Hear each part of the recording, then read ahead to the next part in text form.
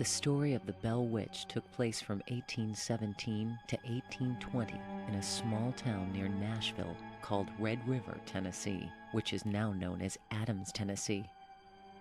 What happened here is so terrifying that some folks, even today, refuse to talk about it. This is the story of one of the most well-known hauntings in American history. This is the story of the Bell Witch.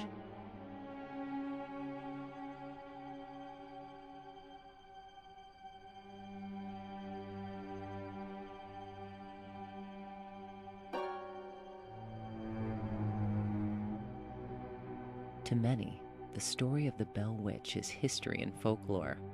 The legend is taught in many elementary history classes in Tennessee. To others, it's a terrifying tale of a sinister poltergeist. One of the most knowledgeable people in the country on the Bell Witch is author-historian Tim Henson. Henson, who worked for the state for 26 years, now operates the Bell Museum in Adams, Tennessee. He's also written many books on the subject. I find John Bell still in North Carolina in late October of 1804. He sells 360 acres of land on the Tar River. He had owned a farm there, and he had slaves there. John Bell married Lucy Williams. She married John Bell. Ingram's book says 1782 at the age of 12. I would prefer to think that it's possibly later, since the first child was born in 1790, that being Jesse. There was a man by the name of M.V. Ingram that wrote the authenticated history of the Bell Witch. It was printed in 1894, but he actually started printing the book way beyond that. It is believed that Ingram wrote this book by talking to families and stuff. John Bell bought land in the 1780s. I found some records of land purchases and land sales. He had trained to be a cooper, which is a barrel maker, a hogshead maker. And I must assume that that's probably what he was doing along with his farming and probably building up a little wealth. He's an older man. Lucy is obviously a young woman, anywhere from 12 to 18 years old when they got married. It's a good guess in there because census records are not clear in those days. Frederick Benjamin, in my opinion, Batts, his brother, and Jeremiah and John Bell, possibly 2 or 3 other families came to Robeson County. There's one indication from North Carolina there were at least 11 families in the wagon train that left North Carolina in late 1804, early 1805 to move to Tennessee. As the Bells came across the mountains of North Carolina, they experienced a phenomenon known locally as the Brown Mountain Lights. And actually they seen the balls of light flying up from the ground up into the sky, you know. And it kind of set the theme for what they were to experience later on in years. In 1810, there was a great comet appeared in the sky, and everybody took it as an omen, something bad was going to happen. It stayed in the sky nightly until December of 1811, when the largest earthquake to ever hit the continental United States hit. It actually was so strong it rang church bells in Boston, Massachusetts. It was felt all across the United States. It was called the New Madrid earthquake, centered in New Madrid, Missouri. It actually made the Mississippi River flow backwards and form Reelfoot Lake up in northwestern Tennessee. If that wasn't enough, in 1815, a large volcano erupted in Indonesia, and it spewed several million metric tons of ash into the air, which resulted in a reduction of the sun in the stratosphere, and it actually caused the year 1816 to be the year without a summer. The cattle starved, all the crops died, corn got up to $10 a bushel, which was like 3 years' wages in 1816. The Bells arrived here. They set up farming. The area was called Red River, and in about the 1830s, they got a post office, which lasted until 1866. Prior to that, the Bells, the Johnstons, the Guns, the Forts would have had to go on to Port Royal or to Keysburg, Kentucky to get their mail. And they would have forded the river just below us here, where Sturgeon Creek empties into Red River. Between 1808, 1809, and the time of the legend, most of the record that we have of John Bell is found in the minutes of the Red River Baptist Church of Christ. In 1816, he purchased a slave girl from Benjamin Batts, who also, I believe, as I said earlier, came with the Bells in 1804, 1805 for $100. The minutes say that they called John Bell before the church at that point to find out what the problem was between him and Benjamin Batts. And John Bell states that he has purchased this slave and had a bill of sale for her, but he didn't take possession. Evidently she was a young girl and he left her with her mother for a while. When he went back to get her, Benjamin has changed his mind. He's decided he doesn't want to sell her or that she's worth more. Evidently an argument ensued and the neighbors became aware of it. And John Bell told Benjamin that I'll sell her back to you for $150. But he says in the minutes that he ultimately did sell her back to Benjamin for $120, tore up the bill of sale, and believed at that point that the deal was done. Benjamin goes to Springfield and files a lawsuit against John Bell. And the result was, 2 years later, John Bell was excommunicated from the Red River Baptist Church. I'm going to be one of the few people that will say this. From my research, Kate Batts was the daughter of one John Williams Jr., Lucy Bell's older brother. Some say that Kate Batts was the reason behind the haunting. Batts was a spiteful old woman who believed that she had been cheated in a land purchase by John Bell. She told Bell that she would get even with him and that his family would pay for what he did to her. Kate Batts was a unique lady. She was very much in charge. Back in that day, women didn't do any of the business that men did. They didn't run farming operations or anything like that, and she did. She was very much involved in the affairs because her husband died, and she took over where he left off. She was eccentric, and the ladies didn't like her because she was very outspoken. And one illustration is supposedly happened at the Red River Church when they were having a revival. She always came late. She always traveled with 3 slaves, and they called it Kate Batts' troop. She would saddle her side saddle. No self-respecting woman in those days would straddle a horse, but never get on the horse. And they would walk wherever they were going, always arriving late. She would come in with a loud entrance and make a scene everywhere she went. Kate arrived late one day to church. There was a man by the name of Edwards down on his all fours trying to find salvation, according to Ingram. Kate, instead of going to her pew, goes down front, sits on the back of Mr. Edwards, flattens him on the floor. He begins to holler, "Oh Lord, I'm sinking," believing he's having a religious experience because her hoop skirt has darkened out his eyesight.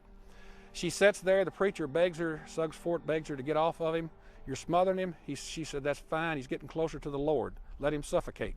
Some believe that Batts practiced witchcraft and conjured up a spirit to kill John Bell. Ironically enough, the spirit called herself Kate throughout the haunting. According to legend, the first manifestation of the haunting occurred in 1817 when John Bell encountered a strange animal in the cornfield on his property. The animal, described as having had the body of a dog and the head of a rabbit, vanished when Bell shot at it. Afterwards, a series of strange beating and gnawing noises manifested around, and eventually could be heard inside the Bell cabin. There were all kinds of noises like chains rolling down the stairs and scrapings and funny sounds, and it got to be an every night thing, and it was really a torment. They first thought that some of the neighbors were playing pranks on them, so as they got louder and louder, they were keeping the bells up at night. They couldn't sleep. They began to see the strange birds and the animals. Dean began to talk about seeing animals in the field that were big as human beings and could talk, and that was the slave of John Bell Sr. And he told a lot of stories. He talked about, a donkey talking to him. He talked about big birds too, as did the Bell family in general. But Dean told a lot of the stories in the early days. They had a still, and I think some of those stories could have been enhanced a little bit when they'd passed the jug around a little bit, and Dean probably participated in that. Betsy was born in Robeson County, the first child of the Bells to be born here, the one that supposedly the spirit, the witch, the poltergeist, whatever you want to call it, tormented the most. One night she woke up with strange noises in her bedroom, and she started to get up, but her hair was tied in knots around one of the bedposts. She would wake up screaming. They'd go to her room and get a light lit, a candle, whatever they had in those days, a lamp, and her hair would be tied in knots. The covers would be in the floor, and of course she would declare that every time she'd pull the covers up, it would snatch them away from her. It did so many things according to what Ingram wrote in 1894. I guess some of the obvious things were the whelks on Betsy's face, the handprints where it would slap. They would hear the noise, see nothing but see an imprint of a hand. And then the boys, that's Joel younger, they began to show whelks on their legs and began to scream and holler. And supposedly come down the stairs at night. They would hear strange noises like a rat gnawing on the bedpost, and they'd get up, hold the candle. Of course, they could find no evidence of anything chewing on anything. It was first, Richard declared, it was like rocks being thrown against the outside of the house. And of course, they would try to attribute that to something, limbs, trees, somebody. But when it began to move inside, and the noises were on the inside of the house, is when they began to be very concerned, according to legend. But it loved Lucy, and when Lucy became sick one year, which I believe was in the fall of 1820, it is credited with helping bring her through. She had pleurisy. Dr. Hobson at Port Royal was called, and there was some question as to whether or not she would live, but the Spirit would sing her religious songs and coax her along, and dropped hazelnuts on her bed for her to eat, and grapes from the woods from mysteriously would just appear out of the ceiling. And then when she was better, it credited Dr. Hobson with saving her life. All the time this is going on, John Bell's health is deteriorating, and it's tormenting him. It's singing gospel songs to Lucy and cussing John. And this is the way it supposedly acted all the way through this process, almost 4 years. Of course, John swore all of his kids to secrecy. Don't tell anybody about this. This is something we can handle in the family. Nobody needs to know about it. The family was terrified, but kept the problem to themselves for over a year. And then the word got out that these strange things were happening, and so people, especially the Johnston family, being so close, they tried to help in any way that they could. When things became intolerable, John confided in a neighbor, James Johnston. He invited Mr. and Mrs. Johnston to spend the night. Now, James Johnston, according to Ingram, believes that through prayer and Bible reading, maybe they can get rid of whatever this is. They don't know at the time. And he declares that he will come to John Bell's house with his wife, and they will sit with them and read the Bible and pray, and maybe they'll get rid of this. After several nights of witnessing these strange things, Mr. Johnston suggested that more people should be told, and a committee was formed, and an investigation started. When you hear the term witch, you actually get this mental image in your mind of this old crone wearing a black cloak, black pointed hat, riding a broomstick, That's more or less how we've been ingrained to think what a witch is. So anyway, the Bell Witch was nothing of that sort. Actually, the Bell Witch was not a witch. She was not a ghost. She was not a spirit. The only thing I can think of actually that would best describe what they experienced a witch, would be a poltergeist haunting. I do not refer to it as the witch, because I refer to it as the spirit, because in some of the earlier writings it mentions it as the spirit of the Bell family. Most of that stuff was handed down, not by written. It was handed down by stories, just like what the Indians would have done. That's basically what it was done. It was handed down through legend, and that's why most of it, the original stuff, is legend. The Bell Witch was real. By the end of 1817, it had been witnessed by at least one outsider. The Bell Witch became a sensation, and even strangers traveled great distances to visit the Bells, hoping to see evidence of their spirit or demon. Even Andrew Jackson, soldier and future president, claimed to have met the Bell Witch. He and a wagon load of his troops decided to come up from, well, we'd say Nashville today, but really it was the Hermitage area, from the Hermitage, and brought camping gear. They were going to come and stay a while to see what was going on. They had heard about the goings-on at the Bell house. As he nears the Bell property, legend says that his wagon seized up. One account says that one of the men on there made a comment about having a silver bullet and was going to do the witch in, or he was going to take care of her, whatever. Another account just says that they froze up. Anyway, they're out trying to move the wagon. They're pushing the wheels. They're whipping the horses. Nothing is working. And at some point, I don't know if Jackson apologized, whatever happened, they hear the voice out of the bushes that says, "You can go ahead now, General." and visit the Bells, and the wagon becomes free. On down the road they go. Right here's the road they say he came down. It was the only road that was here. Right. This road eventually went on to the Bell Farm. Huh. Which used to be that direction, north, and Okay. north, actually a little northwest. We know, or we believe, they stayed at least one night camping out at the Bell House. Jackson is reported to have said, though we cannot find this in his papers at the Hermitage, that he had rather fight the whole of the British Army than to face or spend one more night at the Bell House. So whatever happened that night evidently gave him the woolies. As time passed, the spirit continued to torture the Bell family. John Bell was becoming very sick, and on the night of December 20th, 1820, he died. He got so sick he went to bed and lay down one day and actually never got up. They found him Drew come in one morning to check on him and found he was more or less unconscious, had a strange odor on his breath. And they checked his medicine and found a strange smoky vial sitting in his medicine cabinet, and nobody knew where it come from. Had never been seen before. So they had the same odor on John's breath as what the smoky vial smelled like. So they took a broom straw and put it in a bottle and then run it through a cat's mouth. Well, the cat turned about 3 flips in the air and just fell over dead. So now they know that John Bell's been poisoned, but the question is, who poisoned old John Bell? And they began to question each other. Was it Betsy? Was it John Jr.? Did Lucy do this? Did one of the neighbors? And then they hear the voice that they've heard so often in the house, which they call the spirit. And it said, I fixed his medicine last night, gave him a big dose of it, and he'll never get up out of that bed again. For the first time in American history, a death is blamed on a spirit. Legend says he was brought out here on the hill, back over here to my left, and to be buried.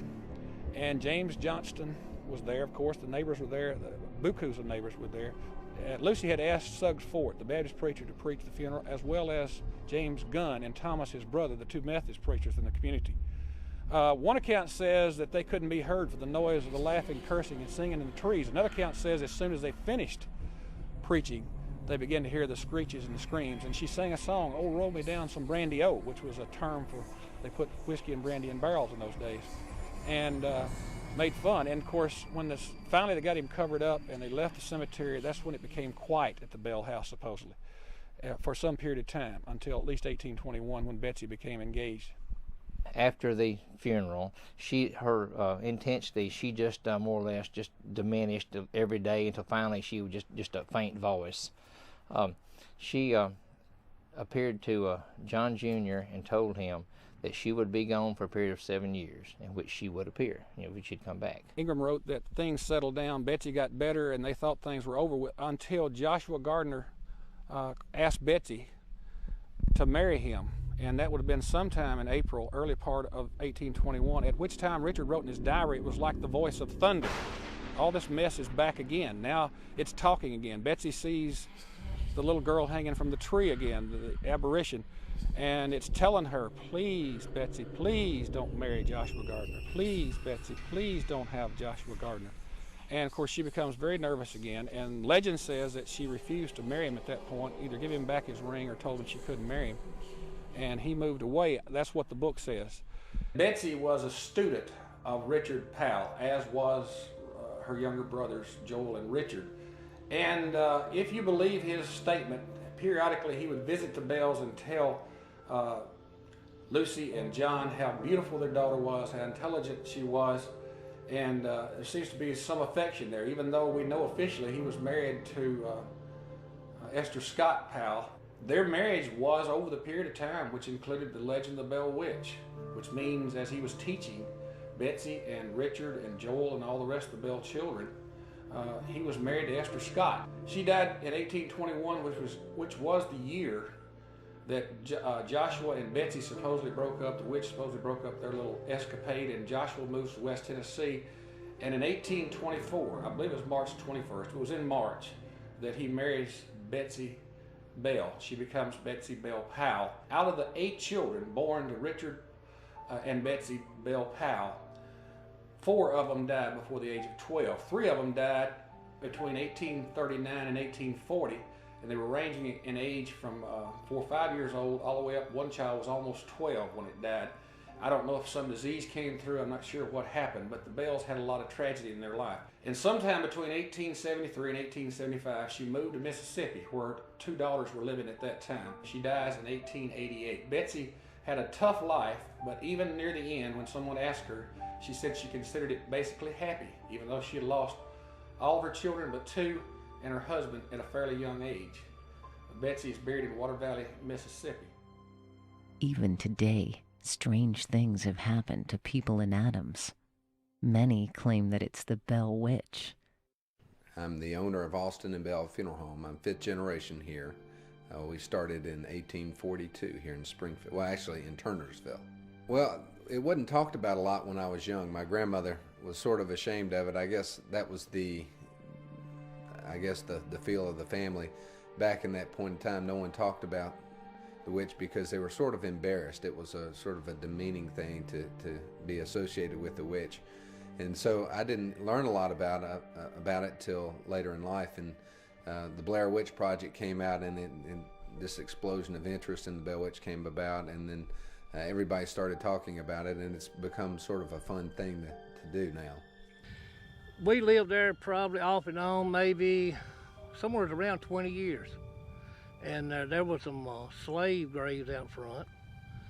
And a lot of people, about the Bell Witch. And we heard a lot of things in that old house over the 20 years we were there. And not so much as seeing a lot of things, but hearing a lot of things.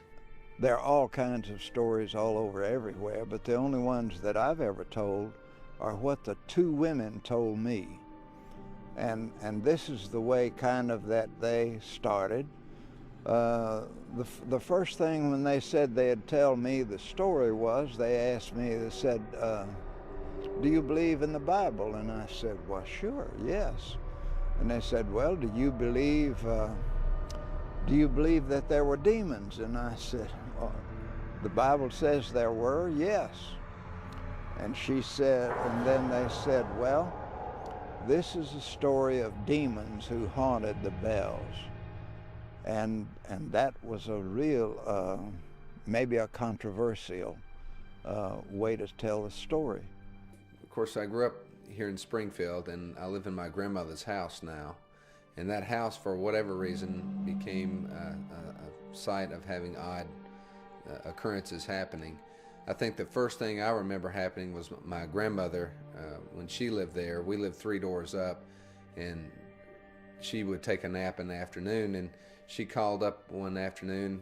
I happened to be 7 years old at that point in time, and she was really scared, and she asked Dad to come down. So I went down with him, and we went to the house, and we had to get her to unlock the door. She had the door locked, and so we went in, and she was just terrified, and so she said, search the house. So we looked the whole house over, and we didn't know what we were looking for. We checked the windows and under the beds and the closets, and nothing was in the house. And then we came back down, and Grandmother was in the kitchen still scared, and she goes, now look. And we looked, and on the floor were all her china. It was all scattered across the kitchen floor. And she proceeded to tell us that she was upstairs taking a nap, and she heard this crash that woke her, and she came downstairs and saw all her dishes on the floor. And where they came from was a butler's pantry. It was a pantry in between the dining room and the kitchen, and it was in a china cabinet that was built into the wall with locking doors. And when we looked at the china cabinet, all the doors were open, and every piece of china was out of the cabinet onto the floor. Like the Bell Witch Cave, it's always told everybody that goes in the cave not to take any artifacts home with you, because for the bad things that happened to people that did, there's been several instances where somebody would pick up a rock, put it in their pocket, go home with it. Bad things happened to them. Charles Bailey Bell, who wrote the Black Bell Witch book, which is still sold at the museum and in several places, called the Bell Witch of Tennessee, donated a part of John Bell Jr.'s land to the city, which was called Adams Station at that time, to build a high school, or the city of Adams, town of Adams. And in 1912, a high school was built on the property of John Bell Jr.'s. In 1916, they added the 12th grade. Prior to that, you could go from the 1st to the 10th grade. It remained a school of 12 grades until 1949, and then it became just an elementary school and closed in 1975. There have been antique malls and different activities in the building since that time. The city now owns the building, and stories have begun to accumulate of seeing a little girl in a green dress was the first story that I was told. Antique people that owned it 10 years ago keep telling me that they keep seeing a little girl who would come around the corner, they'd see her, then she would dissipate. Long blonde hair, a green dress. And the folks that have it today tell me they feel a presence, they've seen a haunting, but I didn't give it a lot of credence until about 2 years ago when a man came in the museum one day. I worked for the city for 26 years, and one day I look out my window of my office and I see a black Camaro with Montgomery County license. I could see it well, but I couldn't understand why the man didn't get out. So I went out on the porch to see if everything was all right. He jumps out of the car. He says, "Where's the cave? Can I get in the Bell Witch Cave?" And I said, "Buddy, you're at the wrong place. You're at the water department." He said, "You don't understand. I've got to get in the cave." And I said, "Well, what's the problem?" He said, "Last Friday night," which would have been 4, 5, 6 days before, "I came over here and took a tour of the cave, and they warned me not to take anything from the cave. And I took a rock." And he said, "When I got home Saturday morning, my wife left me. Went to work Monday, and I lost my job. And they notified me the day before yesterday they were kicking me out of my apartment." He said, "I got to get this rock back in that cave." I said, "Well, if you just go up the hill and go to the entrance, I'm sure the owner will come out and he will meet you." And sure enough, he did. We could hear different things walking in the house, cabinet doors shutting, voices, and two of my sons live, their bedroom was up over ours, and a lot of things happened to them boys up there. They would, my oldest son, it tried to talk to him, because it more than once it called his name out talking to him, and he was scared of it. I remember in the 70s they did a special on the three famous ghost stories of Tennessee, and the Bell Witch was the third one of this mini-series, and we watched the first two, and then the Bell Witch was coming on, and they started with Andrew Jackson's carriage coming on the property, and as soon as the picture came on, or the show started, the picture went out. The sound was on, but the picture was gone. And when the commercials would come on, we'd see the commercial, and then when it would go back to the show, the picture would go out. Well, we were all upset about it because we had all gathered in the room to watch it. And so Dad called next door to Mr. Moore's house and told him to turn his TV on, and he did, and he had a picture. He said, "Well, you mind if I come over?" He said, "No, come on over." So he went over next door, and as soon as he got in the house, his picture went out. And so we never saw the story. I don't know what was about the story that we weren't supposed to see, but that was really odd. And as soon as the program was over, our TV was working properly again. My youngest son, after my two oldest boys moved up, my youngest son, he lived up there, and I guess it liked him, because it never bothered him. But one of the oddest occurrences I ever had upstairs was in his room was I went up there one evening. I was looking for something that he had borrowed and left it up there in his room. He wasn't at home, so I looked and couldn't find it, and I started to go back down the steps, put my hand on the handrail. And I've always said, "What are you looking for?" And of course that made cold chills all up and down. And I looked around, wasn't a soul in the room. My wife, she was downstairs in the kitchen. And the only thing I could say, I can't find what I'm looking for, so I left in a hurry. I had heard these tales about the Bell Witch all my life, things like that. I'd read the books and everything on it, and I kind of thought, well, you know, all these people have got all these different tales they're telling and all, so I decided to combine a lot of them. Of course, the only information we have on the book is what actually Richard Williams Bell actually wrote down, which was like 40 years after the fact. You know, that's the only documented information we have. So I had to take a lot of that, and the way it was written is kind of hard to understand. So I'll put it in today's language. A lot of that stuff. I added a lot of things myself. But while I was writing this book, I had weird things. I experienced weird things. I'd be sitting there at my computer and just be totally engrossed in writing. And all of a sudden, to see somebody walk by the door of the room. Of course, I'd look, see who was there, and there'd be nobody there. One thing is, this is the oldest continuous ghost story in America that still lives today. A few years ago, we were lucky enough to have a guy that was a Juilliard graduate that went to school here in Adams. His name was David Alford. Wrote a play called The Spirit. And that is put on every year in October in Adams. It's about the only one that still has members of the actual family of the Bells that is included in that. I think that is, that was an important part. And then there's also been several movies that was printed. One of them is called The Bell Witch. But if you get on the internet, possibly the witch legend has more sites than about anything that you can imagine. Over the years, it's been interestingly enough that there was a comic book one time was written about the witch. There is one called Fate, which was an old. It started in 1948. They wrote one in 48, which was the second copy of that particular book. It was on UFOs. There was a book called by Mitchum that was printed that the Bell Witch was hung between two worlds, which the book never did do anything, but the Bell Witch was hung between two worlds. And there was three magicians that was going to go and talk to the Bell Witch, and one of them was Harry Houdini. And that book was written in 1934.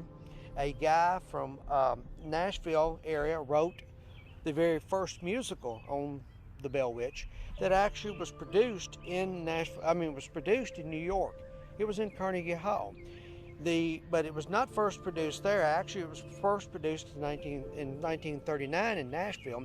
And there was a lady by the name of Dinah Shore who actually played the first Betsy Bell that we know of.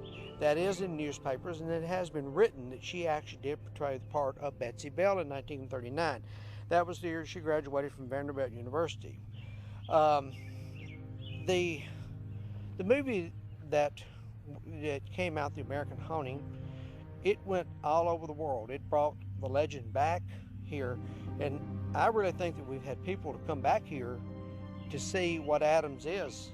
The first thing that a lot of times they mention, they get to Adams is this it? Because Adams is not a big place. Adams cares about the legend, but it cares about the legend in its own way. It doesn't care whether the world cares about it. It doesn't care whether the world comes here to see it. This is kind of still a private thing, I think, among the people here. A lot of the stories are still handed down through here. We have the cave here, and as you can see behind us, we have Bellwood, which is a cemetery that belongs to the Bell Trust. John Jr.'s land belongs to, John Sr.'s land is in the Bell Trust, but it is off limits to people. John Jr.'s is also off limits to people. And most of the land here was not farmed the exact same way, but this land's been farmed for 200 years. There's still farmers here. These pieces of land are still being farmed today. Tobacco's still being raised here. The only thing that's not raised here at their time period was cotton. But everything else is still here. We still raise wheat, we raise soybeans, we raise corn, we raise tobacco. That's something that's been handed down into this just as much as the legend. The interesting thing about Robertson County is the people here are still just as free-spirited as they were in that time period. Most of them in the Adams area are still farmers. A lot of them are. There's not any industry that I know of or any big industry in Adams, Tennessee. The people up here, they care about the legend going around the world, but to them it's still just kind of a local thing. The legend is here. What I wanted to do is I always said that I would collect and bring back every bit of the information that has been written about it. I don't necessarily believe half the crap that's in these books because most of it's crap. I hate to say it that way, but it is. Basically, they reprint the same stuff over and over and over. About 90% of it comes from Ingram's book. They think that when they find the Ingram book, they found something new, but Ingram's been here since 1894. Well, what I wanted to do was I wanted to bring back the legend part, and I also wanted to bring back all the books that I could find and all the writings that I could find on the subject, because one day maybe I might make a library of this. But I just thought it would be an interesting thing to find out how many writings that there are. All these things, we're happy. Adams is tickled to death to have a museum.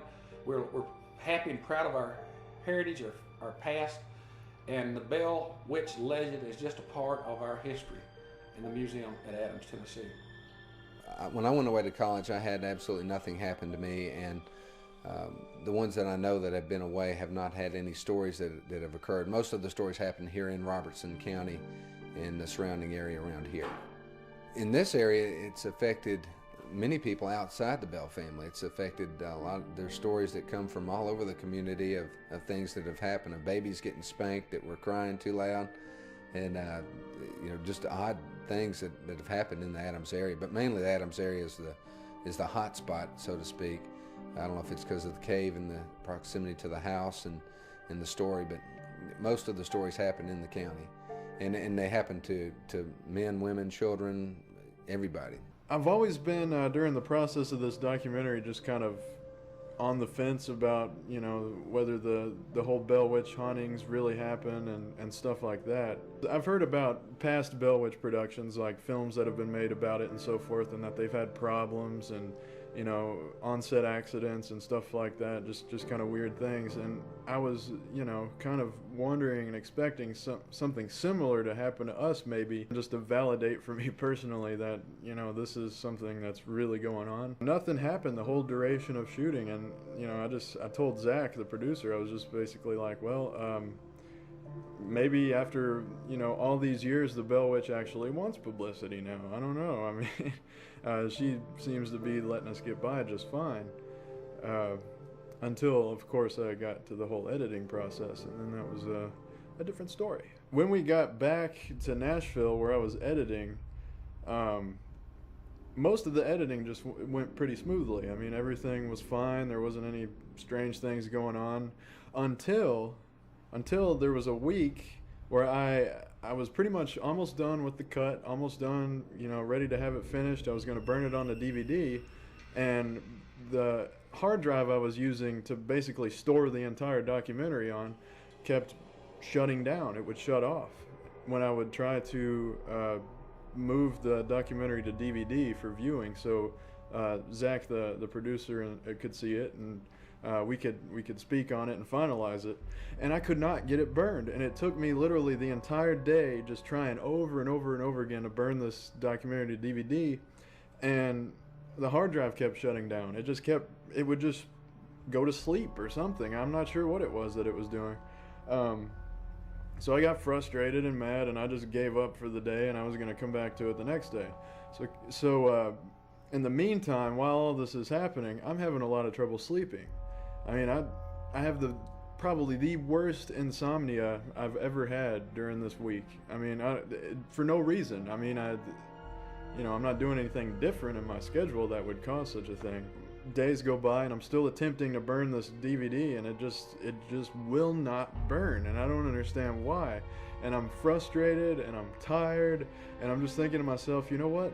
Maybe, just maybe, the Bell Witch has a hand in this. I mean, she's been pretty quiet. She's kind of left us alone through the whole process of this documentary, but now she's all of a sudden feeling like picking on us while we're at the home stretch of finishing the documentary. Well, and to make matters worse, I got really sick while I was editing, almost, closing in on the end of it, which is unusual because I'm one of those people that never gets sick. I get sick probably once every 6 or 7 years, and all of a sudden I got really sick, and I had a bad fever, and I couldn't move, and it was terrible. And that was another red flag that was making me think, maybe the Bell Witch has a hand in this. I don't know, but yeah, that was a little bit alarming to me. I mean, it may just be nothing more than a technology failure of some freaky kind, but it's kind of fun, since we're actually working on a documentary about the Bell Witch, that our production could be in fact haunted by the Bell Witch, and that's very interesting. The story of the Bell Witch remains one of America's most frightening ghost stories. What really happened in these woods? Was it a spirit, a poltergeist, or the work of a demon? Whatever the case, this story will never be forgotten and will be talked about for generations. Really, it never was solved. And even to this day, we don't know what went on, what didn't go on, what was real and what was not real. Legend states that if you stand alone in a dark room, look into the mirror and say, "I hate the Bell Witch," 3 times, she will appear in the reflection of the mirror.